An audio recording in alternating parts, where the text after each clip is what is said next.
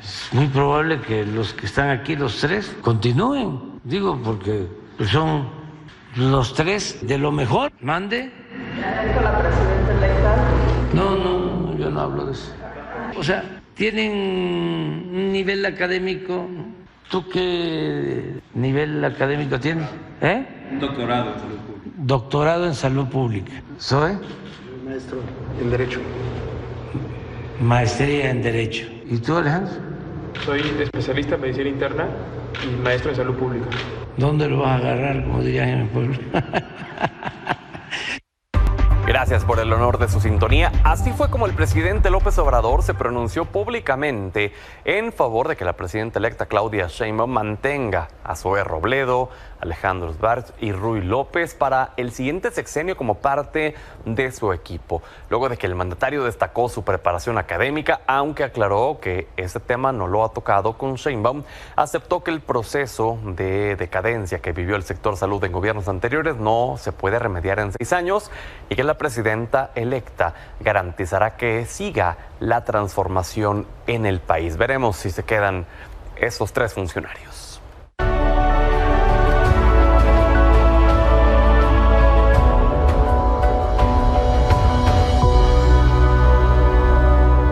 Momento de las crónicas del adiós, los últimos 100 días de gobierno por Carlos Díaz Barriga. Tras saludar, carraspea un poco. El tema es el pulso de la salud. Informan Zoé Robledo del IMSS y Alejandro Schwartz de COFEPRIS. Ruy López Ridaura, el reciente subsecretario de Prevención y Promoción de la Salud, que sustituyó a López-Gatell, le toca de convidado de piedra. Nunca habla. De haber sabido, también va, claro, como de que no, y con mucho gusto, aunque no se note. Hoy no parece día de despedida. No hay frase que sepa a melancolía del poder. El tono es de mando, como si estuviera a mitad de su administración. Sus referencias al futuro, por ejemplo, son: la presidenta está consciente de que se debe de mantener la política de desarrollo que beneficie a todo el país. Tiene el compromiso también de construir y poner en funcionamiento un tren de pasajeros de Veracruz a la Ciudad de México. Fuimos juntos a una gira el pasado fin de semana y en Puebla se comprometió a que va a continuar el programa Sembrando Vida. Cuenta un secreto de estado de salud con Trump. No voy a olvidar que cuando me dio el COVID, en una ocasión me habló, me mandó un paquete de medicinas para que yo me atendiera. Ya me estaba atendiendo y las entregué al Instituto de Nutrición. Ya él no estaba de presidente, pero tuvo esa gentileza. De pronto un auxiliar vestido de negro coloca una tarjeta en el atril del presidente, mientras este habla. Nunca supimos qué fue. Pide que lo comuniquen con la gobernadora. Varios minutos después... No te contesta. A ver si Román... Ya va como la 5ª llamada. Para despedirse, se le queda viendo a los 3 invitados y dice: es muy probable que los que están aquí, los 3, continúen. Digo, porque son los 3 de lo mejor. ¿Ya dijo la presidenta electa? No, yo no hablo de eso. Pero es un desperdicio, tienen un nivel académico. Entonces, ahí te encargamos. Ya me voy porque si no van a... No contesta una última pregunta sobre Carlos Ahumada, que hace unos minutos aterrizó para ir a declarar a la Fiscalía Capitalina. Alguna historia habrá que nada más oye ese nombre y le da hambre. ¡Vamos al desayuno! Cambiemos de información. Pese a los llamados de ministros, magistrados y especialistas para evitar una reforma al Poder Judicial en fast track, Morena y aliados en la Cámara de Diputados ya listan la ruta para discutir y votar el dictamen en comisión a final de agosto y una vez instalada la nueva legislatura, aprobarlo en el Pleno en los primeros días de septiembre. En entrevista para Milenio, el presidente de la Comisión de Puntos Constitucionales y diputado de Morena, Juan Ramiro Robledo, aseguró que el tema está sobradamente discutido desde hace más de un año y que se trata de un proceso gradual. Son cuestiones muy finas y que merecen una discusión que yo creo que se va a dar primero en la Comisión de Puntos Constitucionales cuando lleguemos a la etapa de dictaminación y luego pues ya la discusión del Pleno, si es el caso, como entonces a partir de septiembre pues tendrán toda la materia para discutir, para discurrir, para impugnar, para mejorar, para agregar y para votar, en su caso aprobar reformas constitucionales. Mientras que el PAN anticipó que presentará un punto de acuerdo ante la Comisión Permanente a fin de exhortar a la Comisión de Puntos Constitucionales de la Cámara de Diputados que se convoque y delinee en conjunto la construcción de un capítulo con un esquema de transparencia y rendición de cuentas como mecanismo de control ciudadano, además de proponer que la Secretaría de Hacienda envíe una actualización del impacto presupuestal de la reforma y establecer con claridad la extinción de aquellos fideicomisos pertenecientes al Poder Judicial que no se encuentren relacionados con las prestaciones sociales de los trabajadores. El jefe de gobierno de la Ciudad de México, Martí Batres, presentó una iniciativa de reforma en materia judicial al artículo 35 de la Constitución capitalina para que los impartidores de justicia antepongan los fines de un proceso por delante de las formalidades secundarias.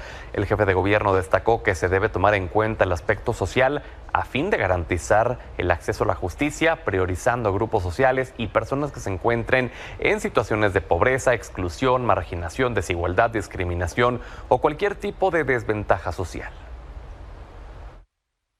Aspectos no esenciales del procedimiento se colocan por encima de los fines de la justicia. ¿Sobre qué principios debe decidir un juez? ¿Qué debe prevalecer?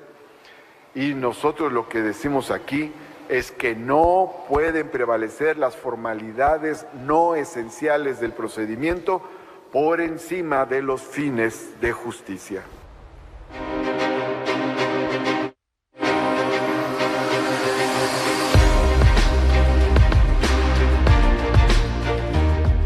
Hablemos sobre la reforma al Poder Judicial, cómo va luego de los foros que se han realizado para su discusión. Le agradezco a Roy Fi Torres, diputado de Movimiento Ciudadano, que esté con nosotros, César Cravioto, senador de Morena, y Damián Cepeda, senador del PAN, que por motivos de salud se encuentra de forma remota.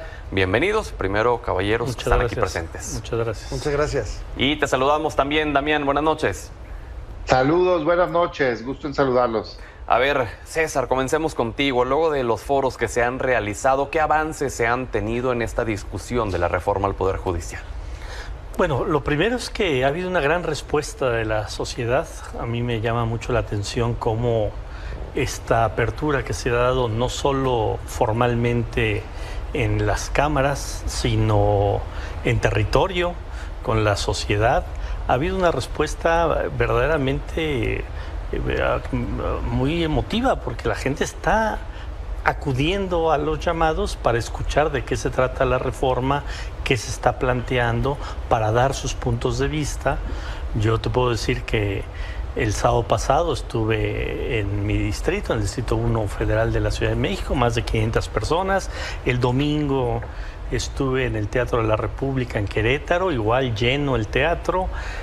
Vamos a estar en Morelos estos días, en Hidalgo, en Puebla, y hay una gran intención de la gente de conocer de qué se trata la reforma, de participar y de decir qué bueno que nos toman el pulso, nos toman el punto de vista del ciudadano común y corriente, y no solo de los que saben, de los especialistas, de los diputados, de los senadores, de la gente del Poder Judicial, sino de la sociedad en su conjunto. Roy, ¿qué opinas? ¿De qué ha servido estos foros? Miren, Movimiento Ciudadano decidió participar abiertamente en estos foros con la intención de que verdaderamente fuera un ejercicio de parlamento abierto, de más allá de información, porque ya no estamos en campañas electorales, César. Ya no es salir a hacer campaña para vender una reforma. Estos foros tenían que servir para conocer la opinión de todos los sectores involucrados en el tema, los interesados, académicos, especialistas, los propios juzgadores, y me parece que eso es lo que está faltando en estos foros. Así como han sucedido en otros ejercicios en el propio Congreso, lamentamos pues que haya esta simulación y que no haya verdaderamente una voluntad de acudir a estos foros para analizar a fondo esta reforma que Movimiento Ciudadano ha dicho que se requiere tener una reforma profunda al Poder Judicial, pero no para debilitarlo, sino para que sea un mejor contrapeso. Damián, ¿qué opinas? Mira, yo he participado en los foros. Creo que siempre va a ser una buena idea el que se abra cualquier tema a debate. Debo decir que lo que he escuchado de primera mano, no lo que me han contado, sino que lo que a mí me ha tocado escuchar cuando voy ahí, es pues una contradicción de parte de las principales voces de Morena, coordinadores y demás, en donde dicen, y de aliados, por un lado es que queremos escuchar, pero inmediatamente después sacan el machete y dicen, eso sí, no está a discusión ni esto, ni esto, ni esto, ni esto, si quieren debatimos los cómo, pero eso ya lo decidimos. Entonces están en la contradicción constante de, sí queremos escuchar, pero esto no lo vamos a debatir. Entonces dices tú, bueno, entonces platícame pues, si ya tienes tomado una decisión, ¿de qué se trata? Yo creo que esto ha partido de dos falsos diagnósticos. El primero, de asegurar que ya se tienen 2/3 partes en ambas cámaras y que es un hecho que pueden pasar sin moverle o moviéndole nada más lo que quieran estas reformas. Eso no es así. No se han asignado todavía los diputados y las diputadas plurinominales, aunque se presume por la historia, yo siempre he sido honesto, que así se ha decidido en cómo se reparten la representación proporcional por partido, la sobrerepresentación del 8%. La verdad es que ha llegado a un punto en donde ya está completamente desfasado.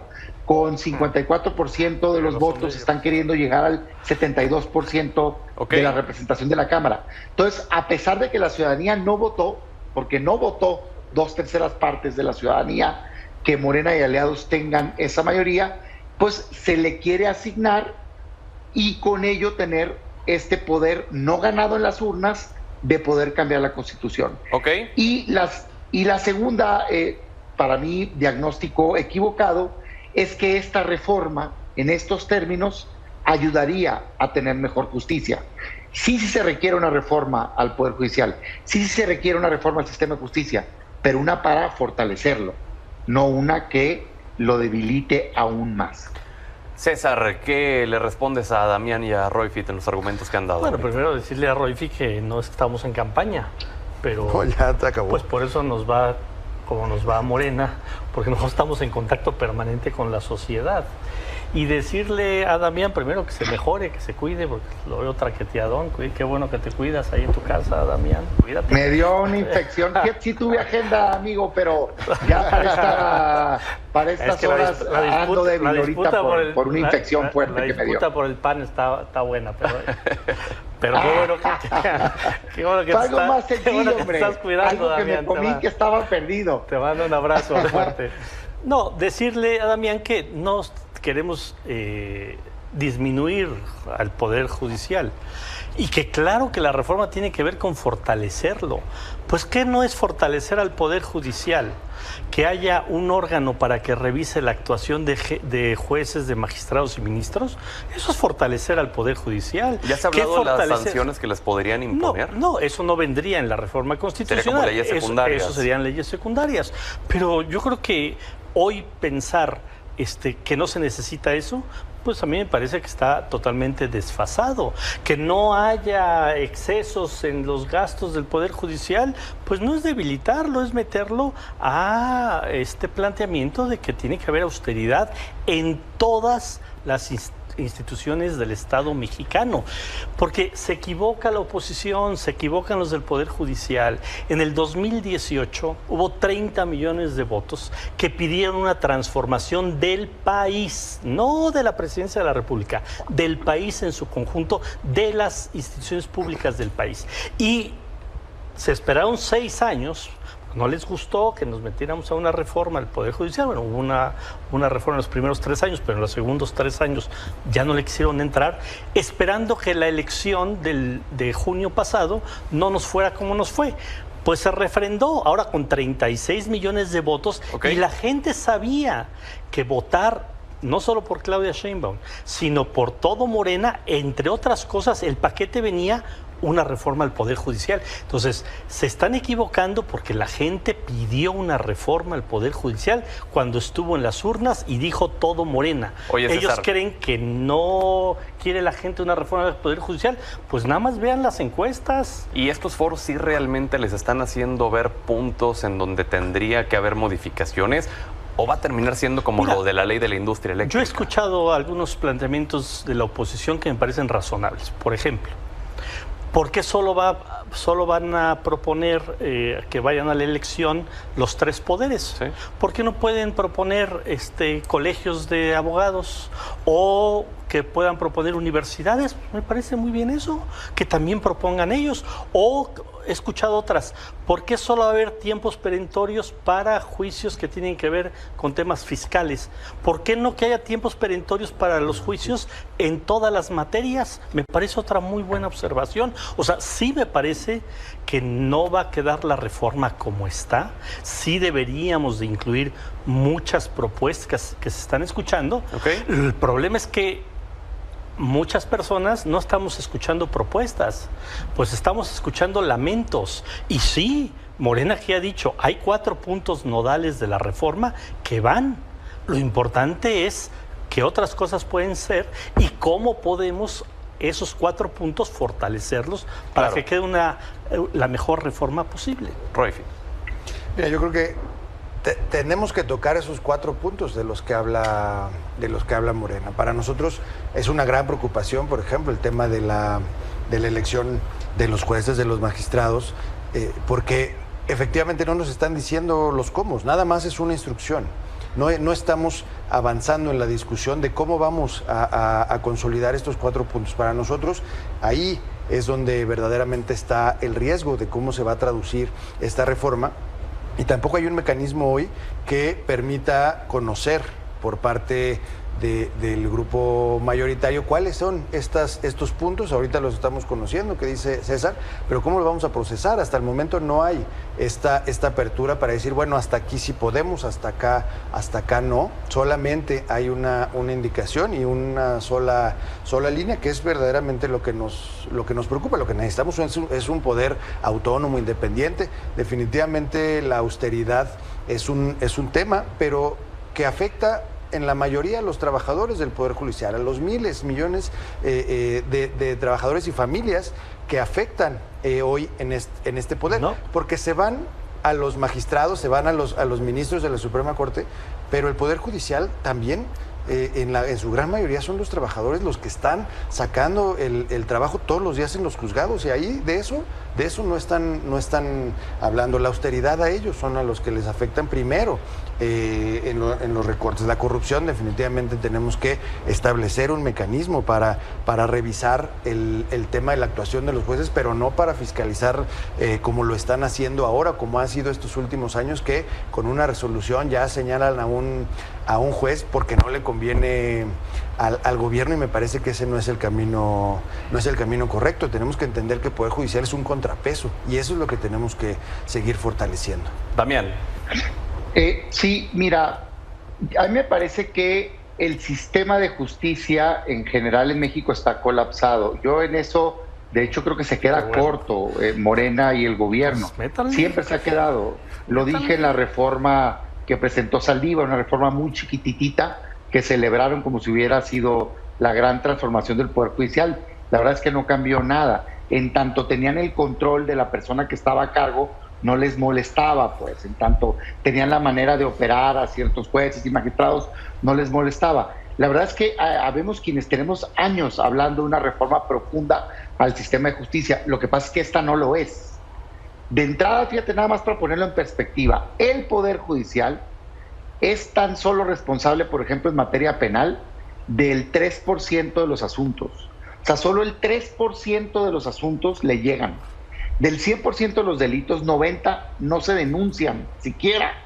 Del 10% que se denuncian, solo 7% se abre una carpeta de investigación. Del 7% que se abre la carpeta de investigación, solo 3.5% le llegan al juez. Entonces, querer afirmar que una reforma a un pedacito del Poder Judicial va a cambiar el modelo de justicia del país es un absurdo, pues. Tienes que hablar del modelo de justicia en su conjunto, desde la prevención, por ejemplo, en el caso de materia penal del delito, policías, la procuración de justicia, que son las procuradurías, ministerios públicos, los jueces y el sistema de reinserción social, de entrada, ¿no? Nada más. Ahora, si quieres hablar del Poder Judicial, los juicios principales son civiles y familiares, cerca del 70%, y de eso no se toca absolutamente, prácticamente nada. ¿Qué tendríamos que estar haciendo una buena reforma del Poder Judicial? Buscando juicios más ágiles, más rápidos, a través de la oralidad, mecanismos alternativos de solución de controversias y demás. Juicios o justicia más accesible para el ciudadano, que tenga fácil acceso en donde sea, en cualquier localidad. Justicia más barata para todos los mexicanos, es decir, mejores modelos de justicia. Eso bienvenido, pero eso no es esta reforma. Y estando de acuerdo en algunos temas, que yo mismo he propuesto reformas como cambiar el Consejo de la Judicatura, separarlo de la Suprema Corte, Todo eso viene, Damián. El corazón de la reforma son la manera en la que quieren elegir a los jueces, perdón, termino la idea, y es a través de la elección, echándolo a perder con un modelo que controla quién puede postular a esos jueces y que convierte la justicia en un tema de popularidad, no de impartición seria, autónoma, independiente y profesional de justicia. Entonces, esa es la crítica. A ver, una última intervención, les pediría que fuéramos concretos. César, por favor. Bueno, mucho de lo que dice Damián, pues viene en la reforma, pues viene falso que el Consejo de la Judicatura se quede viendo temas administrativos, pero que haya otra instancia dentro del Poder Judicial que no encabece la presidenta de la Corte y que revise la actuación de jueces, magistrados y ministros. Eso viene. También viene... Eso está muy bien. Bueno, pues entonces vamos viendo en dónde sí se coincide, porque dicen, la oposición dice, es que nada sirve la reforma, es que la reforma no va a cambiar. Pues sí, tampoco hay reformas perfectas, pero yo creo que esta reforma, por supuesto que va a avanzar en ello. El tema de la austeridad, que no se toquen los derechos de los trabajadores del Poder Judicial, de acuerdo. Pero todo lo demás, o sea, le pagamos hasta el que le poda el pasto a los magistrados, a los ministros, pues eso ya no puede seguir sucediendo en este país. Si ahí estamos de acuerdo, pues vamos para adelante. El tema tal vez más sensible es cómo se elige. Claro. Bueno, vamos viendo los tiempos. Además, no puede ser todo al mismo tiempo, porque una cosa es la reforma constitucional, que va a ser el paraguas, y después cada estado va a tener que legislar para hacer el cambio de sus propios jueces y de sus propios magistrados locales. Claro. Ahí va a haber un desfase necesario, porque no cada estado lo va a legislar al mismo tiempo.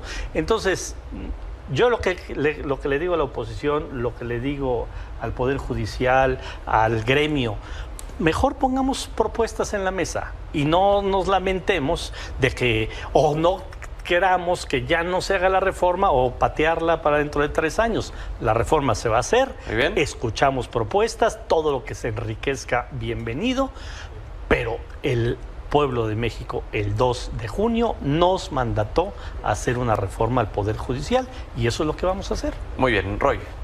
Entonces vamos a seguir participando en estos espacios, porque tampoco es nuevo las propuestas del Movimiento Ciudadano y no vamos a dejar de hacer propuestas, están en la mesa. Llevamos al menos 2 años en donde propusimos una gran reforma en materia de seguridad y justicia. En esto que está diciendo Damián, nosotros ya lo propusimos de hace 2 años. ¿Cómo cambiar todo el sistema para garantizar un verdadero acceso a la justicia, particularmente en el tema penal, particularmente en el tema de seguridad, de fiscalías y del Poder Judicial, para que efectivamente estas cifras que son terribles en materia penal, donde más del 90% de los delitos no se denuncian y además hay muy poca confianza en el Ministerio Público, hay muy poca efectividad y demasiada impunidad, ¿cómo lo vamos a combatir? Nosotros no vamos a dejar de hacer estas propuestas, no vamos a dejar de insistir en que tenemos que fortalecer el Poder Judicial. Con esa conciencia y con esa vocación vamos a seguir acudiendo a los foros, y si se mantiene esta apertura, pues seguramente ahí van a estar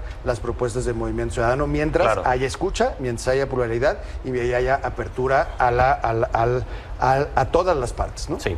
Damián, nos acabó el tiempo, pero no quiero despedirte sin antes preguntarte a ti en específico cómo va el tema de la renovación de la dirigencia del PAN. Pues empujando para que el PAN entienda o entendamos el momento de país, la crisis que tenemos, y pulsando un cambio. Yo creo que el PAN se tiene que reinventar o lamentablemente pues estará camino a la muerte política como una opción competitiva para encabezar la esperanza de cambio de este país. Pero cierro el tema del Poder Judicial diciendo lo siguiente.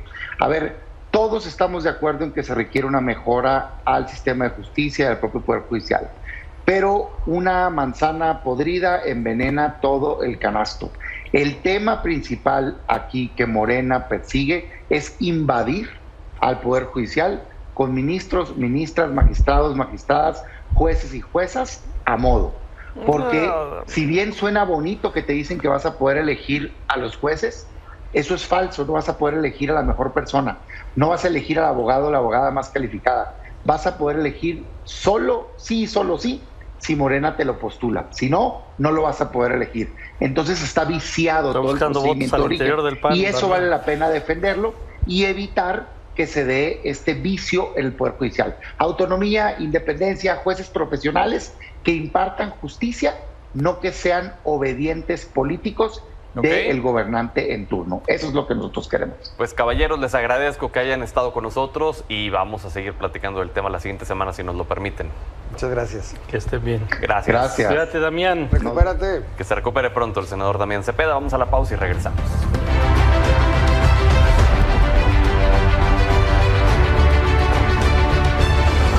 Esta tarde el presidente estadounidense Joe Biden asistió a la convención anual de la Asociación Nacional para el Progreso de Personas de Color en Las Vegas. Ahí el mandatario fue claro en condenar el atentado contra Donald Trump, pero también hizo peculiares declaraciones que podrían ser cruciales sobre el futuro de su candidatura presidencial.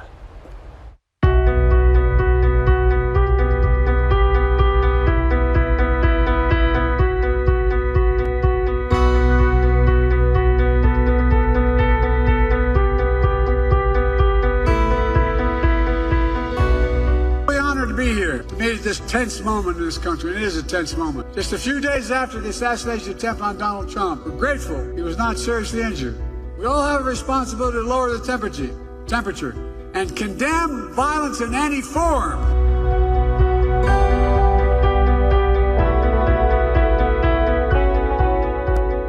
Let me say this again, because Trump is lying like hell about it. The black unemployment hit a record low under Biden-Harris administration. I love his phrase, black job. Tells a lot about the man and about his character. Folks, I know what a black job is. It's the Vice President of the United States.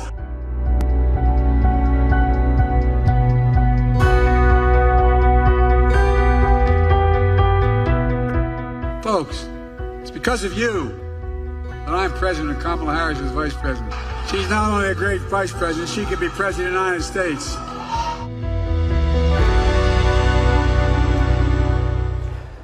Y hoy fue el segundo día de la Convención Nacional Republicana en Milwaukee, bajo el tema Hacer que Estados Unidos vuelva a ser seguro, con discursos centrados en asegurar la frontera sur, como el del senador de Texas, Ted Cruz, quien destacó el número de récord de migrantes que cruzan la frontera. Llegó Donald Trump, como lo vemos ahí en pantalla, para escuchar el discurso de la ex embajadora ante la ONU, Nikki Haley, y del gobernador de Florida, Ron DeSantis. Ambos fueron sus rivales en la primaria republicana e hicieron un llamado a la unidad de parte del Partido Republicano. Here tonight because we have a country to save. And a unified Republican Party is essential for saving her. Donald Trump stands in their way and he stands up for America. Donald Trump has been demonized, he's been sued, he's been prosecuted, and he nearly lost his life. We cannot let him down, and we cannot let America down.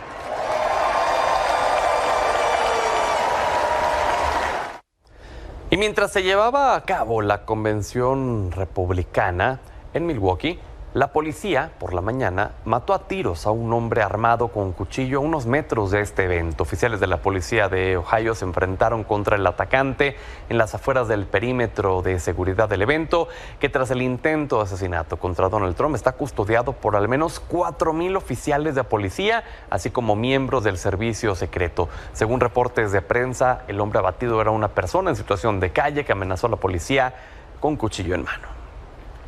Y según información de CNN, el servicio secreto reforzó la seguridad de Trump al enterarse sobre un complot iraní para asesinar al expresidente de Estados Unidos. Un funcionario de seguridad nacional dijo a la cadena de noticias que el servicio secreto y el equipo de campaña de Trump fueron notificados de la amenaza antes del mitin del sábado. En respuesta, el servicio secreto incrementó los recursos y activos para la protección de Trump. Sin embargo, esto no impidió el ataque del sábado, el cual parece no tener relación con dicha amenaza iraní.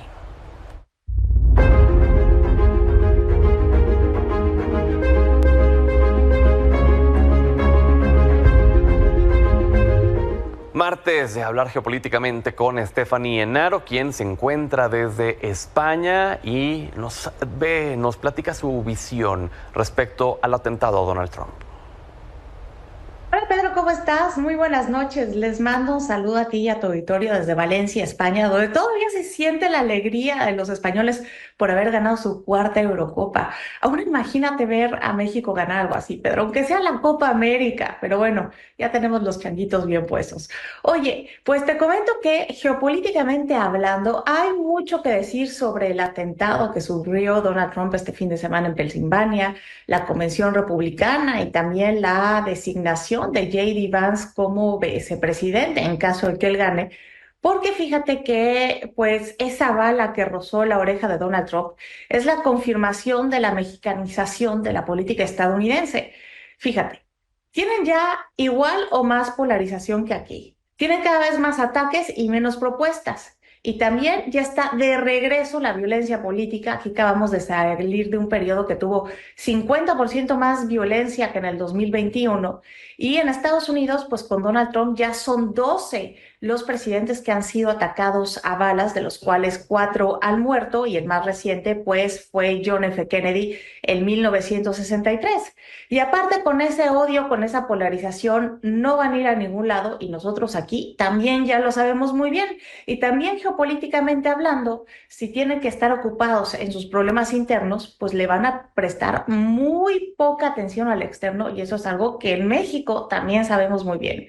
Ahora, Trump llega fortalecido a esta 5ª convención. Realmente, después de todo lo que han atacado, después de haber sufrido violencia, se ve muy mal que alguien lo critique. El mundo entero está cerrando filas con él, y llega con esa imagen de él ensangrentado con la bandera atrás y el puño cerrado diciendo peleen, y designa a J.D. Vance, que fue senador por Ohio. Él lo ayudó muchísimo, pero también hay que decir algo de J.D. Vance. Fue Marine, también fue enviado a la guerra en Irak, y es como el estadounidense perfecto ante los ojos de Trump, pero también es antiaborto, antiinmigración, y también le echa la culpa de todo al comercio internacional. Entonces podemos esperar que si llegan estos dos a la presidencia, que es bastante probable, pues la relación bilateral con México va a ser complicada, el comercio complicado. Tenemos la revisión del TEMEC en el 2026, y es probable que las mercancías pasen a un segundo término y que la energía sea lo que mantenga las asociaciones comerciales. Y por último, pues el trumpismo se está adueñando de los republicanos, y esta probablemente es la crisis democrática más grande de Estados Unidos, porque ni los demócratas ni los republicanos pudieron crear nuevas figuras para renovarse, y podría ser el fin de los partidos tradicionales estadounidenses. Geopolíticamente hablando, Pedro, hasta aquí la dejamos y nos vemos la próxima semana. Gracias, Stephanie Enaro. Vamos a la pausa y regresamos.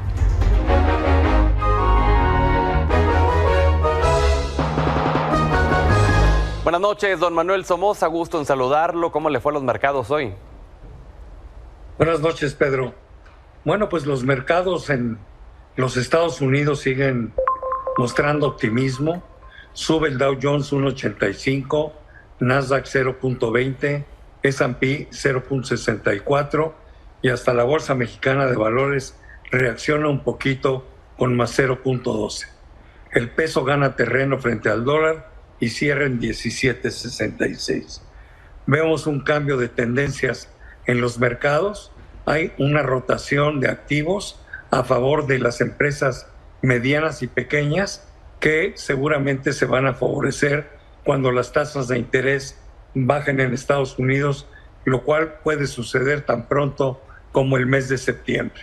Esto es importante porque, por ejemplo, el Russell 2000, que es un índice que pocas veces publicamos porque no tiene muchos cambios, hoy subió 3,5%. Esto quiere decir que la gente está vendiendo activos en los que ha ganado mucho dinero, de acciones que aparentemente están muy caras, por otras que no se han beneficiado y seguramente lo hagan cuando las tasas de interés empiecen a disminuir.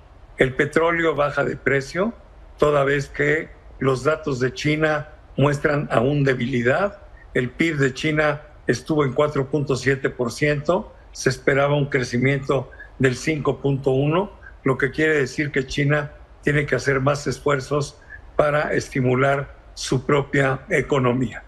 Pero el discurso de los funcionarios de la Fed sigue siendo muy optimista, sobre todo los comentarios de Trump, en el sentido de Jerome Powell, en el sentido de decir que no tiene que esperar a que la inflación toque el 2% para que las tasas de interés empiecen a disminuir. El atentado sobre Donald Trump lo benefició enormemente en su popularidad y hoy los mercados están apostando a que será el próximo presidente de los Estados Unidos de Norteamérica. En el tema geopolítico hay algunas buenas noticias.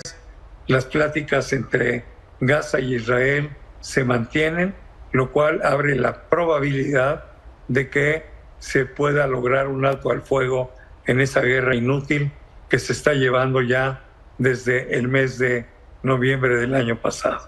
Ese es mi comentario el día de hoy, mi estimado Pedro.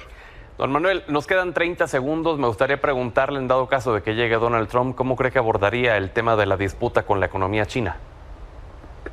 Bueno, yo creo que eso nos puede salvar de la atención de Trump, porque él está en contra de China, pero también tiene muchos argumentos para estar en contra de México.